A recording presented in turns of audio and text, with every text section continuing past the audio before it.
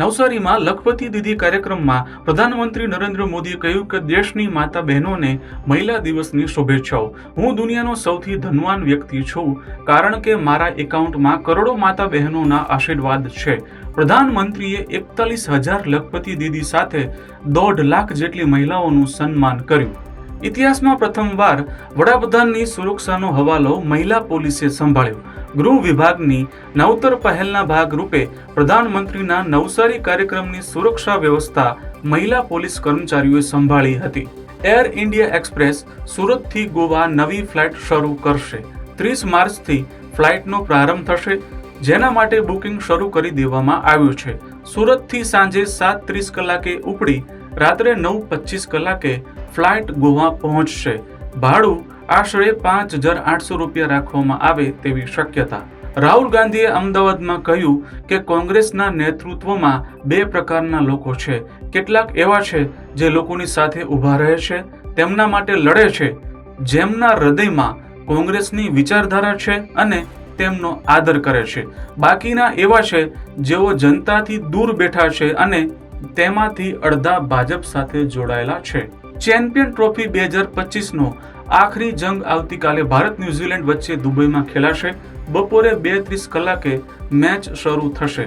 વરસાદની શક્યતા હોવાથી મેચની મજા બગડે તેવી શક્યતા। જો 9 માર્ચે મેચ ન રમાય તો 10 માર્ચે રિઝર્વ ડે પર મેચ રમાશે। વર્ષ 2000માં ચેમ્પિયન ટ્રોફીની હારનો બદલો લેવા રોહિત સેના મેદાને ઉતરશે। પાકિસ્તાનના તુર્બતમાં આતંકવાદી મુફ્તી શાહ મીરની અજાણ્યા લોકોએ ગોળી મારીને હત્યા કરી હતી। ઈરાનથી ભૂતપૂર્વ ભારતીય નૌકાદળ અધિકારી કુલભૂષણ જાધવનું અપહરણ કરવામાં મુફ્તી શાહે ISIને મદદ કરી હતી।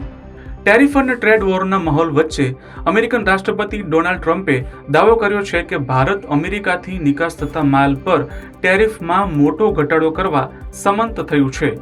થોડા દિવસ પહેલા અમેરિકન કોંગ્રેસને સંબોધિત કરતી વખતે ટ્રમ્પે કહ્યું હતું કે ભારત આપણા પર 100%થી વધુ ઓટો ટેરિફ લાદે છે। કર્ણાટકના હમ્પીમાં એક ઇઝરાયેલી પ્રવાસ સહિત 2 મહિલાઓ સાથે દુષ્કર્મ આચરવામાં આવ્યું હતું। તેમની સાથે આવેલા અન્ય 3 લોકોને માર મારી તુંગાભદ્રા નહેરમાં ફેંકી દેવામાં આવ્યા। એક વ્યક્તિનો મૃતદેહ મળી આવ્યો છે। પોલીસે 3 લોકો સામે ગુનો નોંધી તપાસ શરૂ કરી। બાગેશ્વર ધામના ધીરેન્દ્ર કૃષ્ણ શાસ્ત્રીએ કહ્યું કે હિન્દુ રાષ્ટ્ર બનાવતા પહેલા આપણે હિન્દુ રાજ્યો, જિલ્લાઓ, ગામડાઓ અને હિન્દુ સમાજ બનાવવા પડશે। હિન્દુ પરિવારોમાં કટ્ટરતા લાવવી પડશે। તમારે કટ્ટરપંથી બનવું પડશે। પોતે જાગો અને બીજાને જાગૃત કરો। હાલનો સમય શાંતિનો નહીં પરંતુ ક્રાંતિનો છે। ઓર્ગેનાઇઝેશન ઓફ ઇસ્લામિક કોઓપરેશન એટલે કે OICએ ગાઝા પર કબજો કરવાની અમેરિકન રાષ્ટ્રપતિ ડોનાલ્ડ ટ્રમ્પની યોજના વિરુદ્ધ આરબ લીગના ઠરાવને સમર્થન આપ્યું। સાઉદી અરેબિયાના જેદાહમાં મળેલી કટોકટીની બેઠકમાં આ પ્રસ્તાવને મંજૂરી અપાઈ।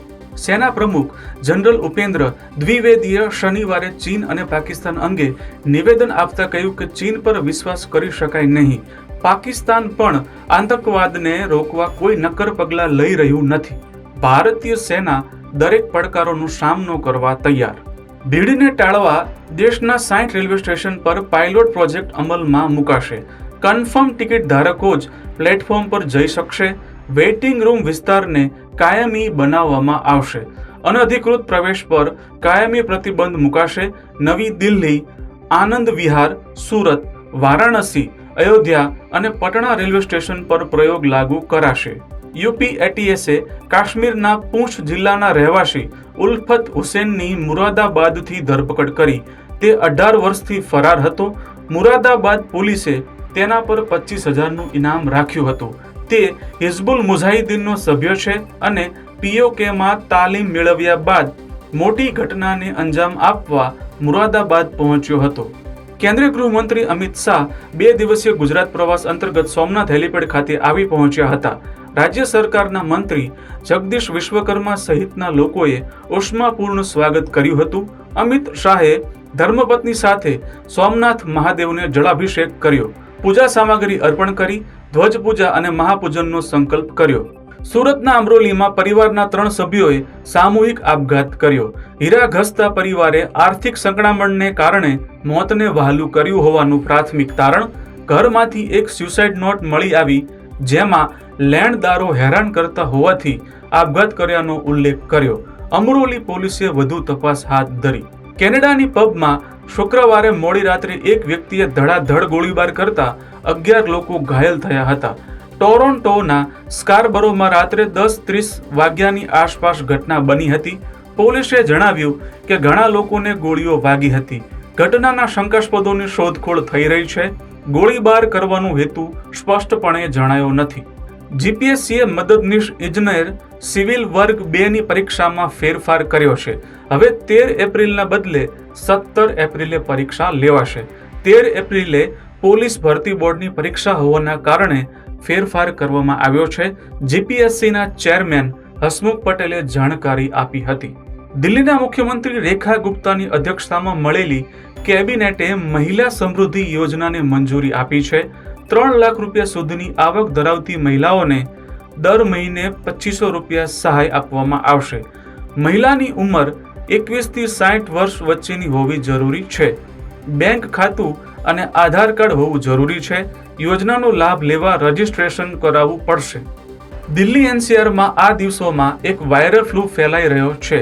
તે ચિંતાનો વિષય બન્યો છે. 54% જેટલા ઘરમાં આ વાયરલ ચેપના કેસ મળી આવ્યા છે.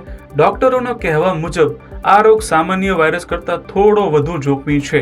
સમયસર સાવચેતી રાખવી જરૂરી છે. ખાંસી, ગળામાં દુખાવો, શ્વાસ લેવાની તકલીફ લોકોને પડી રહી છે. મોહમ્મદ શમીના રોજો ન રાખવા અંગેના વિવાદ વચ્ચે ગીતકાર જાવેદ અખ્તરે કહ્યું કે શમી સાહેબ, ટિપ્પણી કરનારા મૂર્ખ લોકોની ચિંતા ન કરો, જેને દુબઈની કાળઝાળ બપોરે ક્રિકેટના મેદાનમાં તમારા પાણી પીવાથી સમસ્યા છે. તમે મહાન ભારતીય ટીમનો ભાગ છો, જે આપણને બધાને ગર્વ કરાવે છે. તમને અને આપણી ટીમને મારી શુભકામનાઓ. જાહેર ક્ષેત્રની વીમા કંપની લાઈફ ઇન્સ્યોરન્સ કોર્પોરેશન ઓફ ઇન્ડિયાને વિશ્વની સૌથી મજબૂત વીમા બ્રાન્ડ્સમાં 3જો ક્રમ મળ્યો છે.